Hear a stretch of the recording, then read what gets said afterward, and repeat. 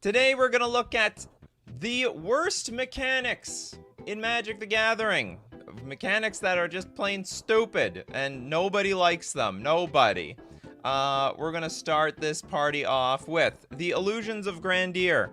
So if you want to mention a card, you gotta mention like the mechanic and a card example, because if you don't give me a card, I have no idea what I'm gonna be looking at. Illusions of Grandeur was a blue and 3 generic card that when it entered the battlefield, you're gonna gain 20 life. Not bad. But wait, when it leaves the battlefield, you'll lose 20 life. And how will it leave the battlefield? Because of the cumulative upkeep. You have to pay this cost every single turn. Not only every single turn, but you have to actually increase it because it was cumulative. It accumulated. So first you pay 2, then you pay 4, then you pay 6, then you pay 8. I mean, all these stupid upkeeps were really bad mechanics. They're generally super feel bad, and the cards that I guess saw the most play were ones where if you, like Avalanche Riders, for example. Let's take a look at Avalanche Riders. It's the only one that like really stood the test of time. Sure. Oh no, that was Echo. I'm sorry, I'm mistaking cumulative upkeep with Echo. Echo, another, it's like a slightly better cumulative upkeep, or upkeep anything. Okay, Illusions of Grandeur, terrible. In fact, cumulative upkeep was so bad, then they made cards like Snowfall, a blue 2 generic with cumulative upkeep for blue, but islands could produce an additional blue when tapped for mana. This mana is usable only for cumulative upkeep. That is ridiculous. So we could play Snowfall in order to help us pay for our Illusions of Grandeur and our Snowfall at the same time. Where's my coffee? I forgot to bring my coffee. I'm so disorganized today. Okay, I have one more. Inspired. I thought this was a pretty bad mechanic, and it was very, very underpowered. So how it worked was, let's take Painseer, a black 1 generic for a 2/2 creature. Whenever Painseer becomes untapped, reveal the top card of your library and put that card into your hand. You lose life to that equal to that card's converted mana cost. So the deal is, if your card ever untapped, then you got something. But this was a very hard mechanic to use. Very, very hard mechanic to use. This creature would enter the battlefield, you get nothing. Nothing whatsoever. And then that was it. Mystic Remora is good. Mystic Remora being the best cumulative upkeep card. Mystic Remora. This is probably the best cumulative upkeep card on the face of the earth.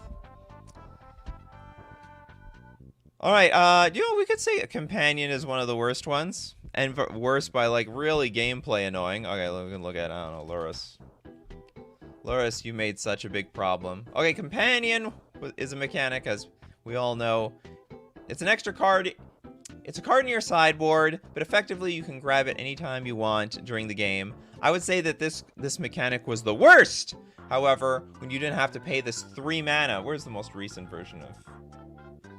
We've got, see, now that we've got this text here, if this card is your chosen companion, you may put it into your hand from outside the game for 3 mana anytime that you could cast a sorcery. But it was above and beyond the worst when you didn't have to spend 3 mana at all. It's just an extra card. You have card advantage over your opponent. Done. Alright, Toilet Duck says anything involving writing, drawing on the card except cryptic spires. Is this real? Looking at cryptic oh, as you create your deck, circle 2 of the colors below. Cryptic Spires enters the battlefield tapped. Tap, add 1 mana of either of the circled colors. Yeah, I get it. That sounds beyond terrible.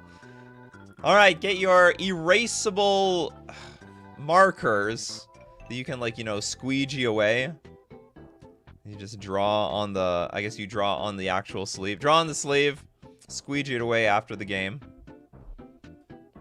PM with Cypher, like in Last Thoughts. Are we back to the old schedule now? No! We are not back to the old schedule. Because we're only here today because I have a flight tomorrow. And I'm really thankful for all of you hardcore Coffee and MTGers here this early. Alright, last thoughts. 1 blue, 3 generic sorcery. Oh yeah, Cypher. You can exile this spell, encode it on a creature you control. Then whenever that creature deals combat damage to a player, you get to cast a copy of the spell without paying its mana cost. So that's a good idea.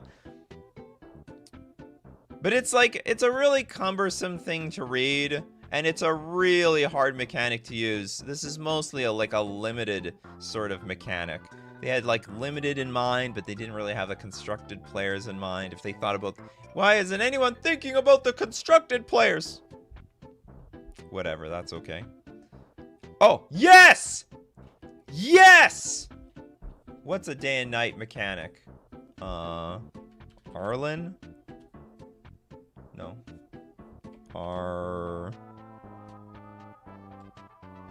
Arlen. Okay, is this a day-night card? I don't think so.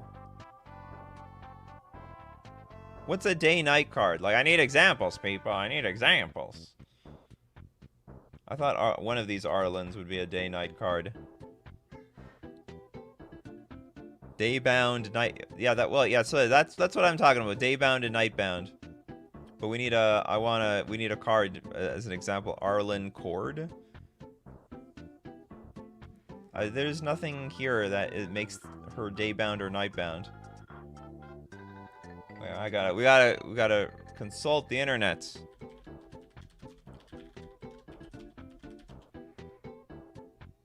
Graveyard Trespasser. I love it. Thank you very much.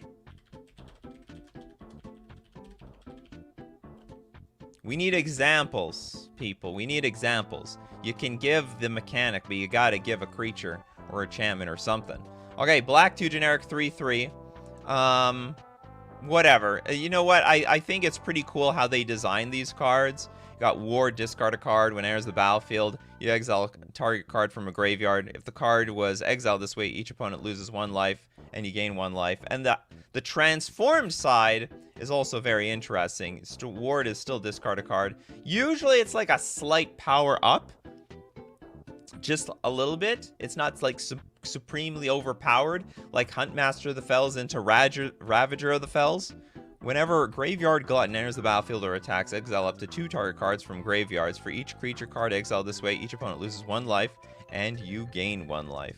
Nightbound. But the problem is how you keep track of this nonsense. So it's not based on Huntmaster of the Fells rules. So we already had some idea of what like Daybound and Nightbound already were. But now, it's a completely different story. It only follows the active player and nobody else. It doesn't affect the non-active player. So whoever's turn it is, it's going to follow if it's Daybound or Nightbound. Did you cast any spells? Did you cast nothing? Did you cast 2 spells? That is what's going to determine what's Daybound and Nightbound, which is really hard to keep track of. Very hard to keep track of. I'm going to get game rule violations over this stupid mechanic when I go to MagicCon Philadelphia. Oh yeah, the stickers cards. Okay, what is a sticker card though? Okay, hold on. I'm only gonna sweep like on Charge Across Araba, or Araba. What is it? Charge Across the Araba. You got to give me an example of a card. No example? No, not being showcased. All right, white 4 generic sweep. I've never heard of this mechanic until now. Return any number of planes you control to their owner's hands. Creatures you control get +1/+1 until end of turn for each plane's returned this way. Oh, so you like bring stuff back and then you get like some sort of buff? I get it. Hold on, give me 10 seconds. I badly need coffee.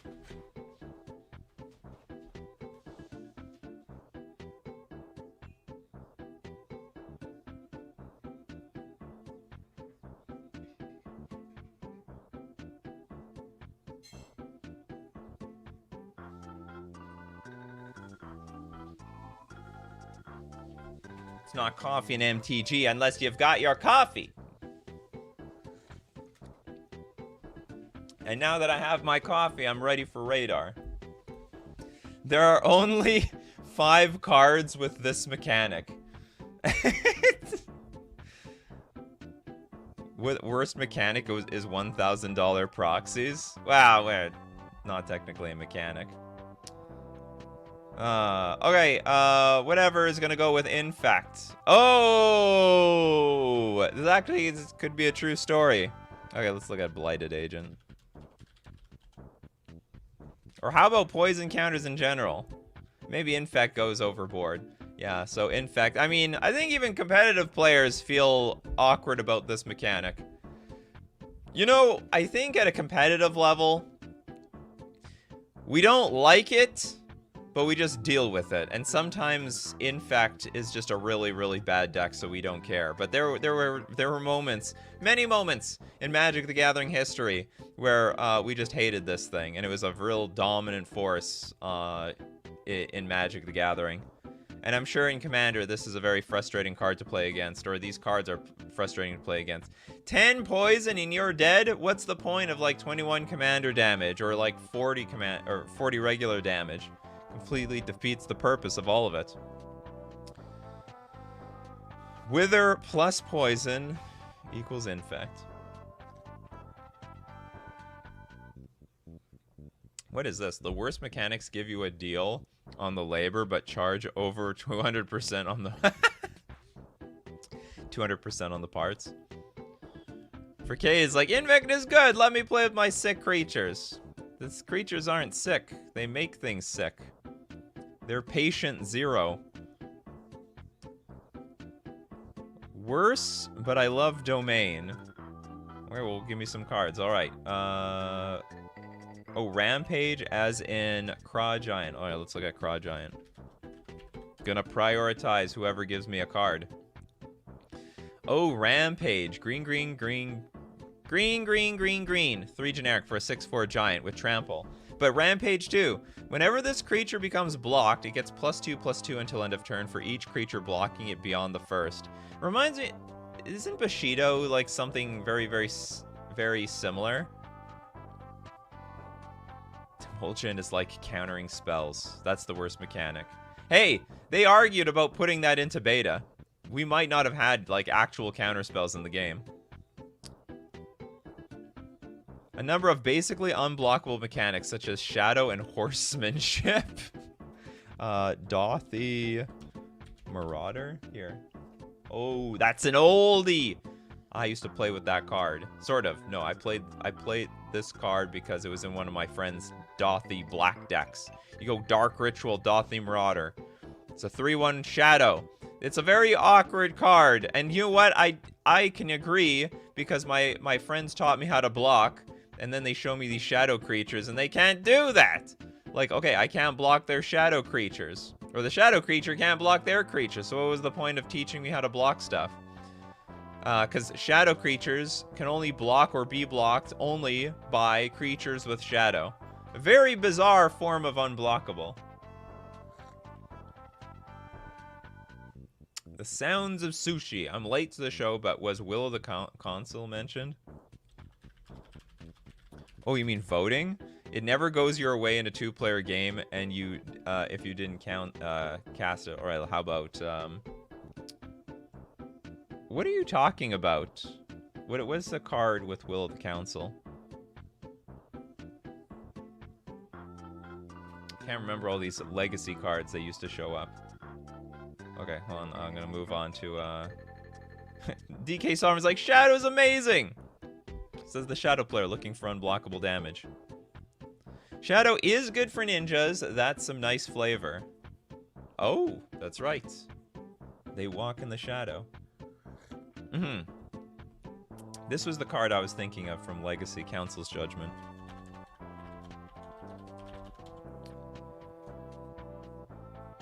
Okay, I don't understand how the voting never goes your way in a 2-player game, because if I understand correctly, Or maybe it depends on a will of the council type of card. Starting with you, each player votes for a non-land permanent you don't control. Exile each permanent with the most votes or tied for the most votes. So whatever you choose, it's going to get exiled. Each player votes for a non-land permanent you don't control. That's so rude, though. So it's got to be something of your opponent's. The will of the council. But it is a bit weird. Okay, I will say on the opponent's side, it is pointless. On the opponent's side, it will never go your way. So it is a completely redundant mechanic one-on-one. All right, you heard the music. It's time to thank our sponsors for today. Whoop, where am I going? FusionGamingOnline.com. Deal of the week this week. Actually, you can get all your Phyrexia Old Will Be 1 cards. What else can you go get? Dominaria Remastered. And the deal of the week this week is save 15% off all Secret Lair singles and box sets. And don't forget to use coupon code Nikachu for 10% off. Oh, sorry, 5% off all your purchases. And we're going to thank Mana Traders, the premier place for renting Magic cards online. Thanks to Mana Traders, I'm playing Azorius Spirits in MagicCon Philadelphia because it's a good deck. And I don't have anything else to say about it. You can support the channel renting using my Mana Traders link in the description below, or save 10% off your first 2 months using coupon code Nikachu_3RS. And back to terrible mechanics. Terrible, terrible mechanics.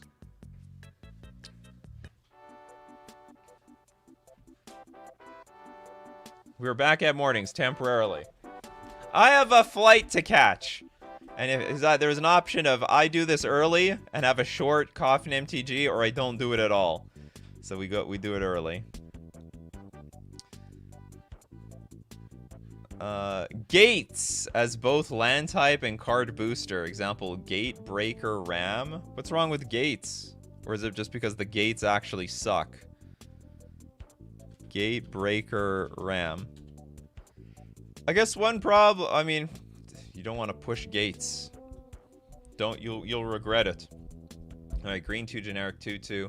Gets +1/+1 for each gate you control. As long as you control 2 or more gates, Gatebreaker Ram has vigilance and trample. I don't know how, but I lost to a gate deck once. I'm trying to think. I have no idea how that happened though. Maybe it was like on the earlier days of Pioneer. I got faced with a Gatebreaker Ram and it rammed me. All right, DK Sovereign, thank you so much for the super chat. I really appreciate it.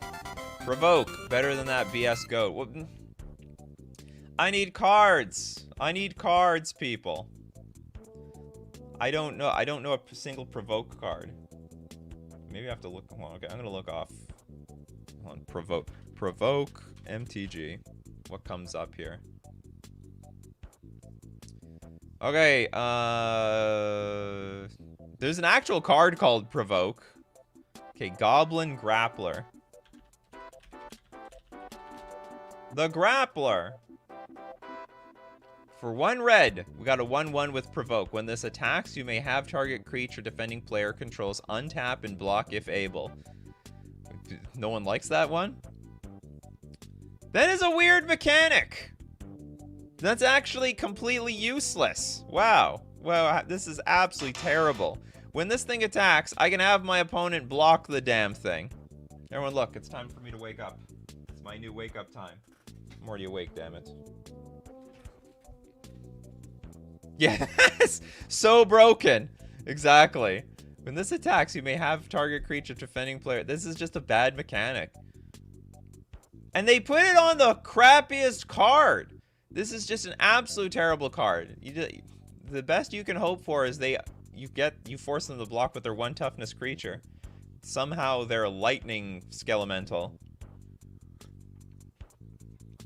that they put into play tapped on your turn. Alright. The Amazing Wally does not like Evoke. Does not like Evoke. Just be told, this is a very... This doesn't really fit the show. So I'm looking at bad mechanics, as in just like bad and annoying. This is a very powerful mechanic. Evoke, exile a white card from your hand. Just exile a card, and everything is like a force of will for some sort of an effect. Zerathar, thanks so much for the super chat. Haunt Suck, as in blind hunter.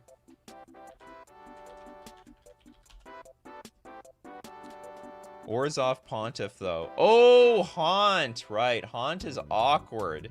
So when this card is put into a graveyard from play, remove it from the game, haunting another creature. And then if that creature dies, there's an ability.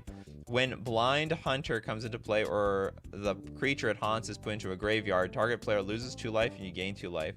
Yeah, Orzhov Pontiff. This card took way more mental energy to understand than I would have liked. It took a very, very long time to understand what the hell this card does. And when it enters the battlefield or the creature it haunts dies, creatures you control get +1/+1, or creatures you don't control get -1/-1. So if you have a sack outlet, you sack the Pontiff onto a creature, and then you sack that creature and get like both abilities on one turn. Chris, the worst mechanic is epic, like an endless swarm. They're gonna swarm you. Okay, for green, 5 generic, put a 1/1 green snake creature token into play for each land in your hand. So you gotta reveal the... They don't even ask you to reveal the lands. For each... Oh, sorry. I read each land in your hand. For each card in your hand. Epic. For the rest of the game, you can't play spells. At the beginning of each of your upkeeps, copy the spell except for its epic ability. So it's like an emblem that you can't interact with, if I understand this correctly. I think I was also up against some epic card that got a dragon every single turn. Or maybe, hold on, maybe it was just a card that put an enchantment into play every single turn. Either way, not very fun at all. If the goblin is pumped, it seems pretty damn good on token deck with Coat of Arms. I don't think so. Not enough. You don't like phasing. Like in Tan-Wa. Hold on, there's also Teferi's Isle. Where's Teferi's Isle? Teferi's Isle. Look at this land. Look at this. Okay, it enters the battlefield tapped. You know, I could also call this one of the worst cards of all time. Enters the battlefield tapped, so you don't get to use the blue. And then it's going to have phasing, which means it's going to phase out. And then it comes back into play on the next turn. That's ridiculous. That's terrible. So you have like a Soul Ring land. For example, you will eventually have a Soul Ring land once every second turn. But outside of that, it's just garbage. Alright, 5 mana for a 7/7. Phasing and Trample. At the beginning of your upkeep, all lands you control phase out. Oh, God. It's just one of the worst creatures of all time. Merrick with the super chat. I like the equipment mechanic a lot less after Sigarda's Aid. That card is at the top of list for annoying cards. This is annoying mechanics, not annoying cards, but thank you very much. Here, I'll show it anyway. It was a big super chat. There we go. So I guess you're hating on the mechanic of equip. Here, we'll look at Colossus Hammer. There we go. So you don't like this anymore. Sigarda's Aid ruined it.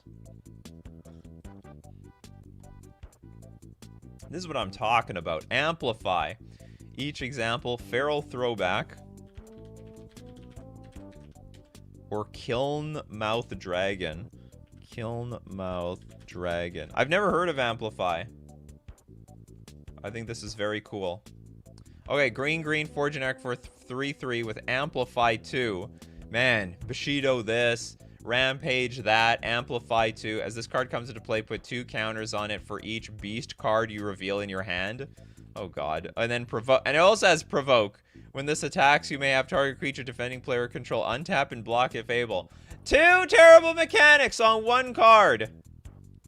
It's worthless. It's worth 25 cents. Go get your Feral Throwbacks. And we have Kilnmouth Dragon. As this creature enters the battlefield, put 3 counters on it for each dragon card you reveal in your hand. You shouldn't have any dragon cards in your hand by this point, once you have 7 mana. And it deals down, and it like defeats the point of cheating your cards in play. Elfiner, thanks so much for the super chat. Benelish Knights Banding. Oh. Oh!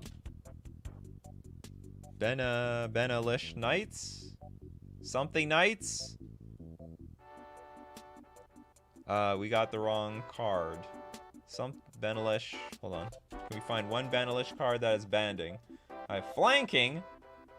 Banalish hero. There we go. The hero has arrived. It's a 1/1 with banding. Now, truth be told, banding is broken. All right, banding. I actually think banding is really, really good. It basically, if something has banding, you can give banding to something else, and it's like a mega creature. And then all of a sudden, you can assign the combat damage however you want after that. You can roll the damage on one creature or the other. It's really cumbersome to understand, but it's really, really good. Any creatures with banding and up to one without can attack in a band. And bands are blocked as a group. If any creatures with banding you control are blocked or being blocked by a creature, you divide that creature's combat damage, not its controller, among any of the creatures it's being blocked by or is blocking. Really complicated, but it's actually really strong.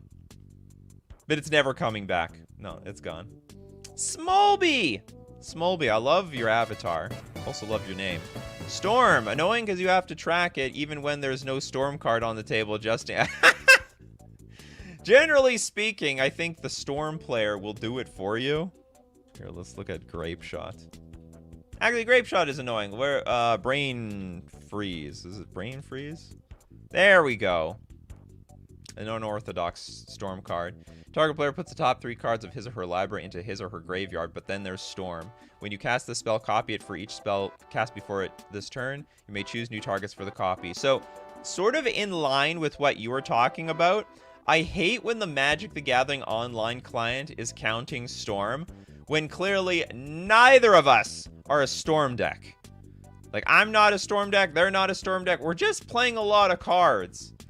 But it makes me anxious when I start seeing that pop up, especially coming from my opponent's side. How have we not done Affinity yet? Because it's not a bad, because it's a good mechanic. It's a powerful mechanic. I guess it's annoying. Maybe it's annoying for some people. You people don't like Affinity. What's a good Affinity card? Frogmite. There we go. You don't like this? Frankly, I don't care about it. I'm just not someone who cares. Like, I think Affinity sucks. I don't think Affinity is that good of a mechanic. I think it's really fair. You want to ramp out your 2/2 Grizzly Bear artifact? Be my guest. Have as much fun with this as you want. The Monocle Rogue. Mesmeric Sliver from Future Sight. What does it do? Alright. All slivers have, when this permanent comes into play, you may Fate Seal 1. Its controller looks at the top card of an opponent's library. Then he or she may put that card on the bottom of that library. That is powerful! Holy moly! They put Fate Seal. Did they prophesize Jace the Mind Sculptor here? Or I guess that's why we call it Fate Seal, because of Fate Seal 1. So weird.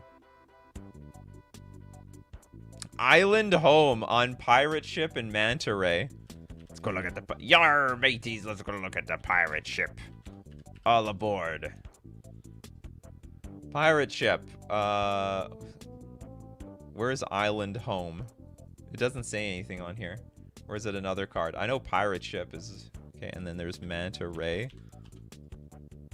Okay, Island Home is on this one. Alright, we got a blue, 1 generic, 3/3 fish.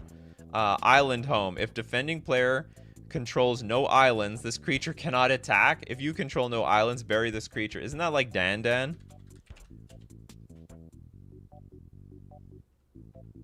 Oh god. Oh, I think I saw it. Dan Dan! How does this not have Island Home?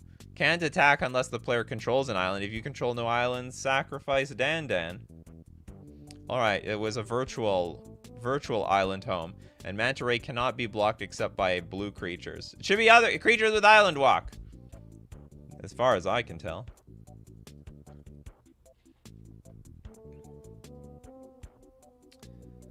The worst mechanic is to wait for Flora Spasm to decide itself whether it wants to destroy an artifact. I have no idea what that means. But we'll find out in a second. Alright, we got Floral Spasm.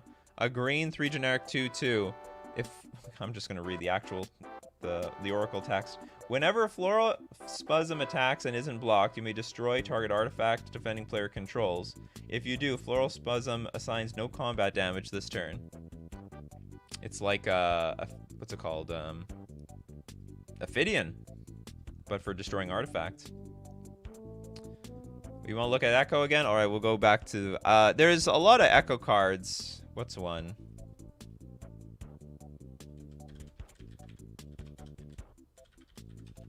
I'll go back to the Avalanche Riders. One of the most played... There's like 2 good Echo cards out there. And the Echo cards that see play are the ones that get some sort of effect. But there's a... What's the squirrel one? I can't remember what the squirrel name is. But for red and 3 generic, you got a 2. You basically, you blow up your opponent's land, and you get in for 2 damage, because it's a 2/2 with haste. And if you don't pay the Echo next turn, who cares? Oh, and by the way, Echo is at the beginning of your upkeep. If this came under your control since the beginning of your last upkeep, sack it unless you pay its Echo cost. So it enters the battlefield. Next turn, you pay the Echo. Then you don't have to pay it anymore. It's not like upkeep. It's a one. They fixed upkeep, and it still sucks. It still sucks. Thank you very much, Michael. Michael and Mikey J in the house. The hell was that again? Deranged Hermit. Deranged Hermit. I didn't think about that. They fixed Echo. Sorry, they fixed upkeep, and it's still garbage. Nobody wants to waste their mana on the following turn. Essentially turns it into a sorcery, right? It's just a sorcery. Levy with the super chat. Cycling is the most broken mechanic. What, are you serious? Shore. Something shore. Hold on. Dark Slick Shores. Not being very specific here. Alright. Oh, maybe it was Isle. There we go. You think this is broken? Remote Isle gonna get you! Okay, maybe this is not a good example of what Levy was trying to talk about. Cycling is the most broken mechanic in my opinion. Okay, so there are better cards about, like, what's it called? What cycling cards would you want to talk about? You talk about Street Wraith, probably. Pay 2 life, do not pay any mana, cycle it, put it straight into the graveyard. I think a lot of people, I don't think cycling is that bad. I think the problem is you might not like Living End. And that's probably the real problem. Cycling is a good mechanic. It turns your garbage cards when you don't need them into cash. Graveyard order is awful. Well, that's more of a rule than a mechanic. And it doesn't really come up. Imagine, that makes me wonder, in theory, a judge could be really picky about how the graveyard is ordered in, like, I don't know, the Pioneer format. Man, I hope they do not bring back any cards where graveyard order matters. That would be terrible. Because technically, I don't even know how that works. Like, if 2 cards simultaneously go to the graveyard, or if several cards go simultaneously into the graveyard, what's the order? What's the proper protocol? Like, if you blow up a bunch of creatures, what's the, like, is it whatever creature is closest to my graveyard goes to the bottom first? Joel with sub-games, what are you talking about, like, Shahrazad? Shahrazad? Yeah, I got it right. Is there more than one sub-game card? Like an actual Magic the Gathering? I think there's, oh, no, there's also Karn. No, this is not a sub-game. This is just resetting the Karn Liberated. This is not actually a sub-game. This just restarts the game. Although some of you could say that the mechanic of restarting the game is really annoying. It's not a sub-game. Like, if you win the Karn game, you win the match. This is literally a sub-game where you play games within the same game. A game within the game. Instead of, like, a good artist altar would be something from Inception here. Enter the Dungeon creates a sub-game? Get out of here. Yeah, but this is a BS card. This is not a real card here. Keith Shusterman, thanks so much for the super chat. The manifest mechanic always annoyed me. Whisperwood Elemental.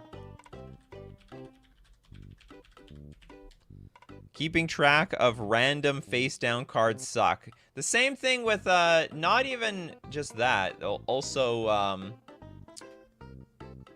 Foretell. Okay, any face-down mechanic is really annoying. I almost got, like, I think I almost got into a huge game rule violation because I, like, picked up my face-down cards and started shuffling them. You're not supposed to do that. Your opponent needs to clearly know exactly which cards... Oh, no. How did I do it?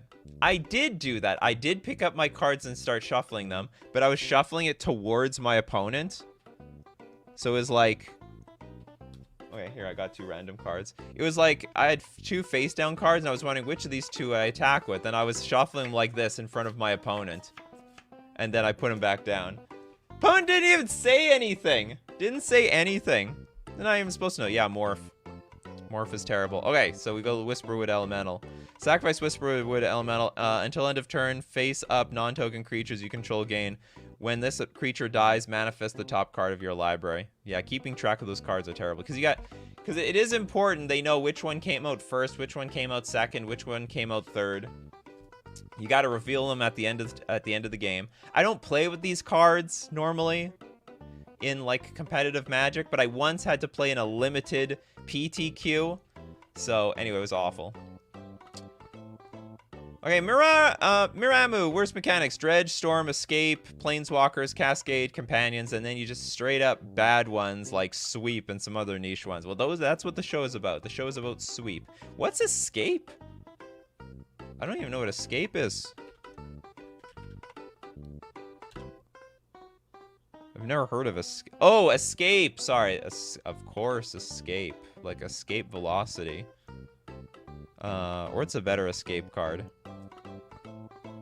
Crocs is an Escape card. For a second I thought, what the hell is Escape? This is Escape. I think Escape on Crocs, I don't know about Underworld Breach. I think that's awful. Oh yeah. I don't know if Escape is the problem or if the cards were the problem. Like, Uro was just a dumb card. The card was just stupid pushed. That's all. There's nothing wrong with this. There's nothing wrong with the mechanic, in my opinion.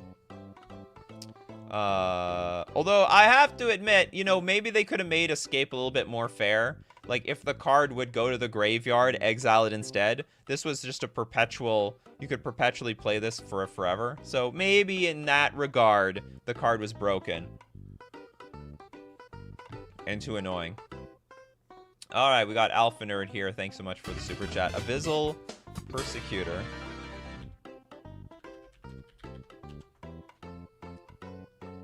What is the mechanic? What, you can't win the game and your opponents can't lose the game? You could say that's a mechanic that doesn't have a key word to it. You can't win the game and your opponents can't lose the game.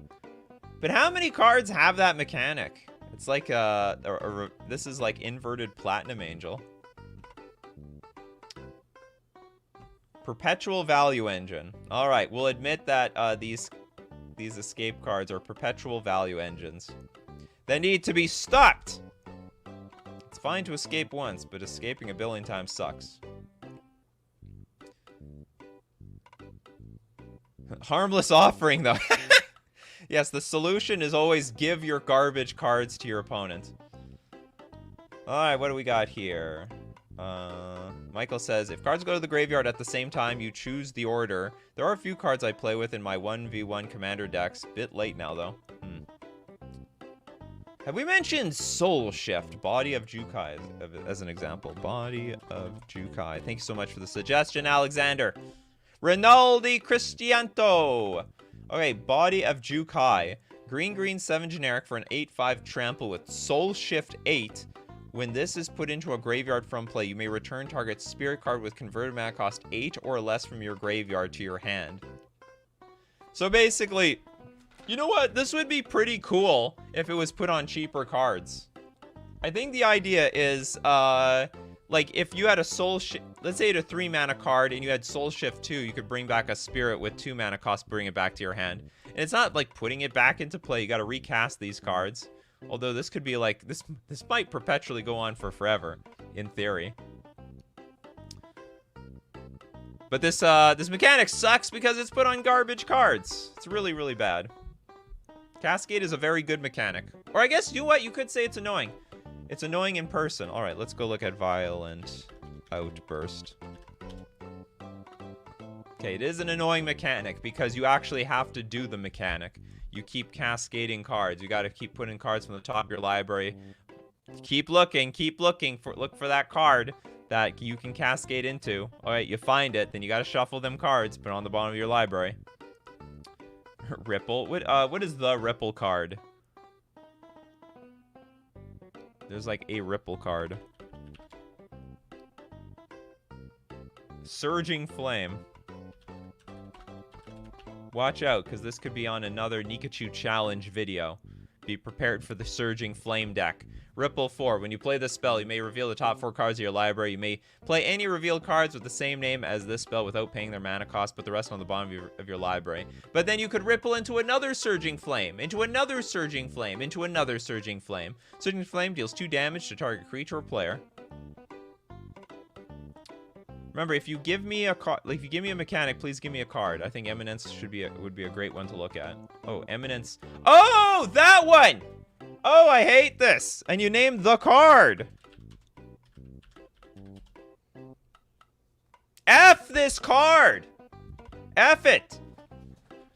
It's not even broken, but boy, do I hate the whole concept of it.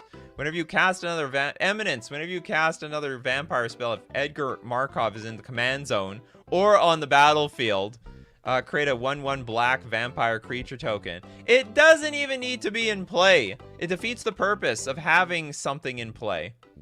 Just have it sit there camping. It's a camping piece of crap.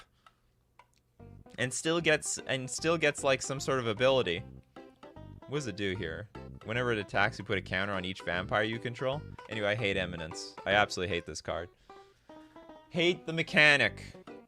But give me a Merfolk one and I'll be happy with it.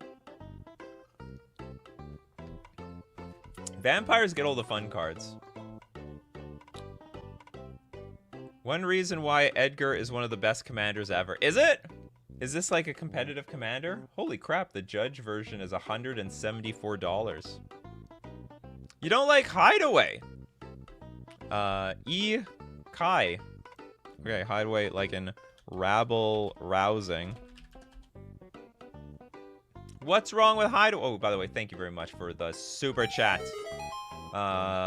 What's wrong with Hideaway? White, 4 generic, Hideaway 5. When this enchantment enters the battlefield, look at the top 5 cards of your library, exile 1 face down, and put the rest on the bottom in a random order. When you attack with 1 or more creatures, create that many 1/1 green and white citizen creature tokens. Then if you control 10 or more creatures, you may play the exiled card without paying its mana cost. Hideaway is so easy to counter. I don't know, maybe it's just something you have to keep track of. I honestly never looked at Hideaway like it was like a really big problem. I've been up against a lot of Hideaway cards, and I just don't care. Temulgin with Mirror Match. Coin flips is the worst mechanic, especially if the guy have double coin flip triggers and insists on flipping an actual coin and repeat to do it 10 plus times every round. Oh, that's hilarious. You know someone like this? Mirror March. Anything that the flipping coin mechanic.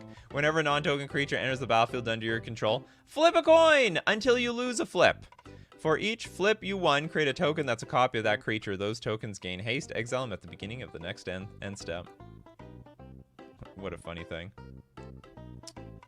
Richard Smith. Fog is probably the most incredibly annoying. Waiting a turn after turn for your Onuch opponent draws Nexus or some other extra turn spell. Anundum, I would say, is of the weakest. Addendum? So that sounds like a mechanic, not a card. I don't know what this is. Addendum.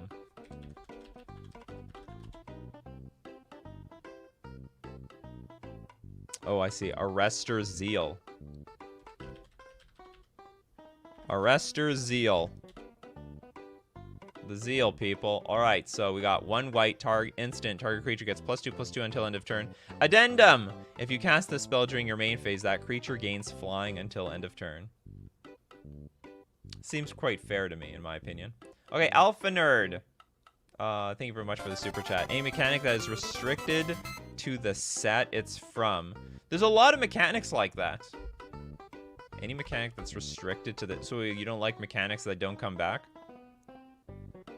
Like Inspire? Oh, are you talking about like a mechanic that only works in like the limited environment that it was in? Oh, Alexander, you hate energy, do you? What's an energy card? I actually don't. I can't think of any energy cards off the top of my head. Slimy Fister also doesn't like energy. Yeah, we did Affinity. I think you're all crybabies about Affinity. Affinity did nothing wrong. Mox Opal did everything wrong. Please keep in mind that the most broken Affinity decks in history didn't have any Affinity cards in them. Like, almost none. Ether Hub? Okay, the most annoying thing about energy is that you couldn't interact with it. You couldn't do nothing about it. So once your opponent has the energy, that's it. It's like an emblem. It's an untouchable source, resource. So that was the most frustrating thing about energy. I guess the best thing you could do is maybe stifle the card that tried to use the energy, but that would be about it. All right, you heard that. It's going to be short today because you know why? I've got a plane to catch. I got a plane to catch. So we're going to have a very short outro. Thanks, everyone, for being here. That is great. I love all of you showing up for Coffee and MTG. Everyone who showed up on short notice without any notice whatsoever. You're the true heroes of the channel. Thank you. Goodbye.